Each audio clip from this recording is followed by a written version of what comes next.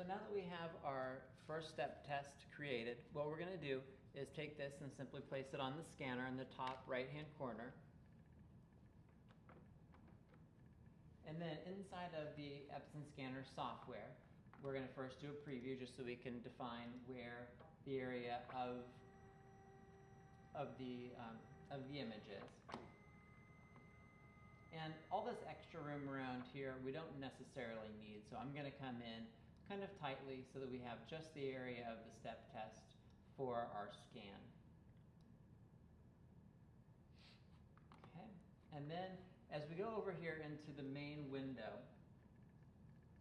what we need to do is set up a couple of things within our scanner software. So the first thing, we are doing reflective, and it's on the document table. But we do want to switch it to 16-bit grayscale, so we'll go ahead and select that there. And we don't need a huge file for what it is that we're doing. We're just going to be generating an adjustment curve. So I would say maybe scan it at about 300. It already has our size and dimensions. The other thing that we need to make sure to set up is that we don't want the automatic adjustments that the scanner wants to do for us. So what we need to do is come into inside of the configurations button, which I click down here, select from the top color, and you'll notice it says automatically color control, and it's going to select the gamma and some other things. We want it to say no color correction, so we need to select that. All the other ones we don't really need to worry about right at this minute.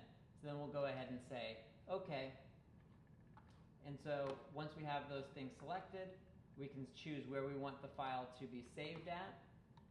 So inside of here, once we click on the little folder icon, it brings up this window, and we're going to tell it the name of the file and also where we want it to save.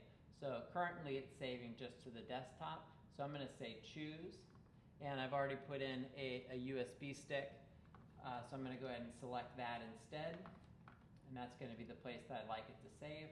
And I'm going to label this, so I'm going to label it in two ways. First, the type of media that it is, so albumen, and then dot, and then the type of paper that it is, which was Stonehenge. And then we're going to start labeling it with 1. And the file type, we only have TIFF and JPEG to choose from, so we're going to go ahead and keep TIFF selected, and we'll say OK, and then scan. And this is going to be a really quick scan because it's not a huge file. So as soon as that comes up, our scanner software will pop back up, but we'll be done with scanning at that point. The next step will then be to take it into Photoshop.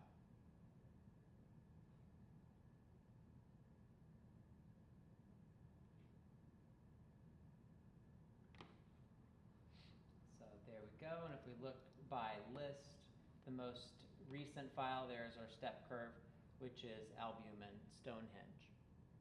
So at that point, what we need to do is then take it into Photoshop.